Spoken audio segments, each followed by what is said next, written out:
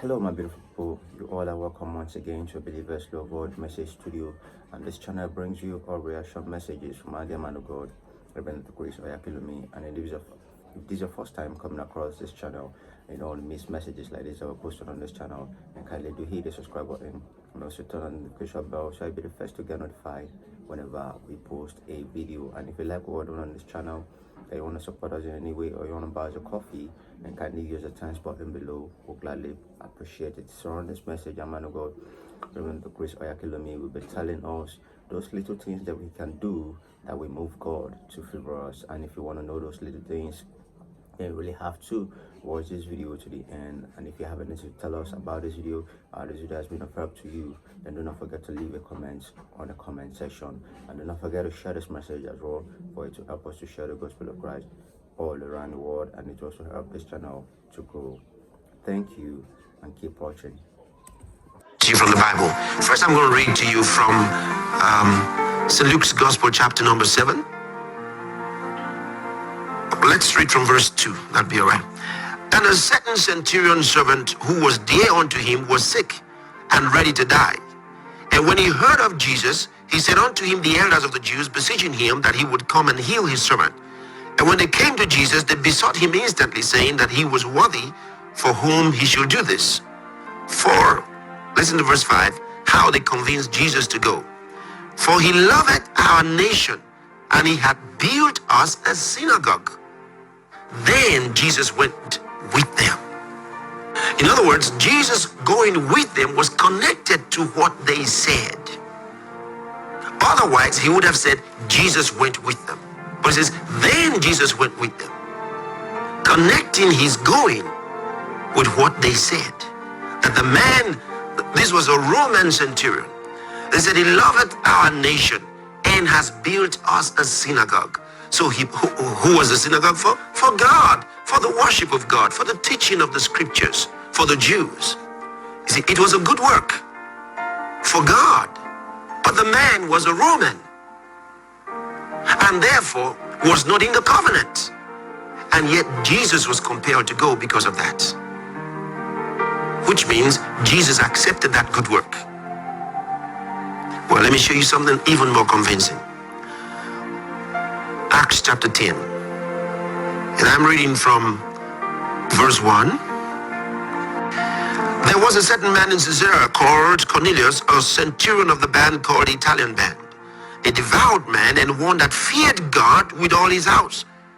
He feared God with all his house. But listen, which gave much alms to the people and prayed to God always.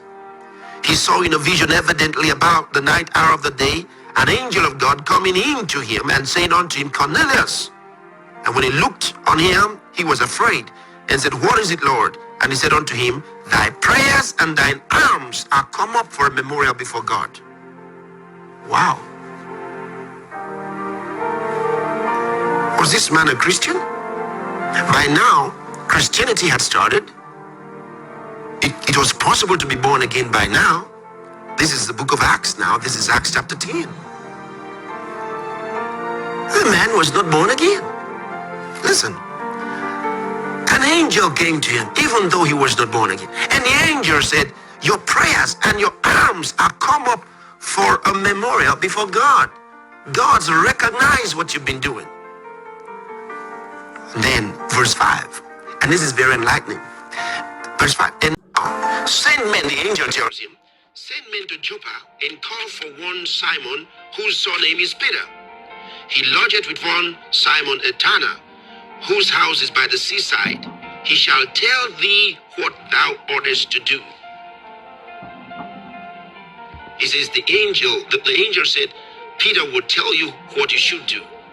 Now, the rest of the message, that the angel, the detail of what the angel actually said, we can get further from chapter 11, from verse 13.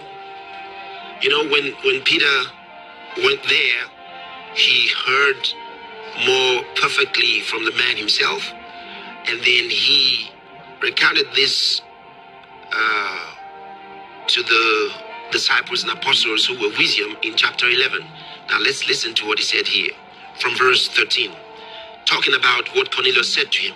He says, and he showed us how he had seen an angel in his house, which stood and said unto him, send men to Joppa, and call for Simon, whose surname is Peter, who shall tell thee words whereby thou and all thy house shall be saved.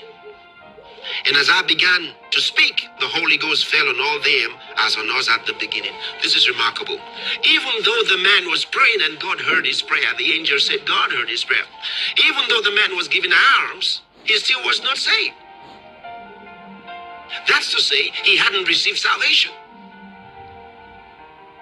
That's remarkable, because here, the angel said to him, send men to Joppa and call for Peter. When he comes, he shall tell you words by which you and your house shall be saved. That means the man was not saved. Otherwise, the angel wouldn't say that. So, but God saw his alms and accepted it and said, your prayers and your alms have come up before God as a memorial. And an angel visited him. But it didn't save him. So even though a non-Christian may support the work of the gospel, it may not save him. It wouldn't save him. He will still need to hear the word of the gospel and have faith in Jesus Christ personally and receive that salvation. But his support for the gospel is a good work accepted by God. That's what the scriptures show us. Okay, thank you all for watching that wonderful episode, and I believe you're blessed by that message.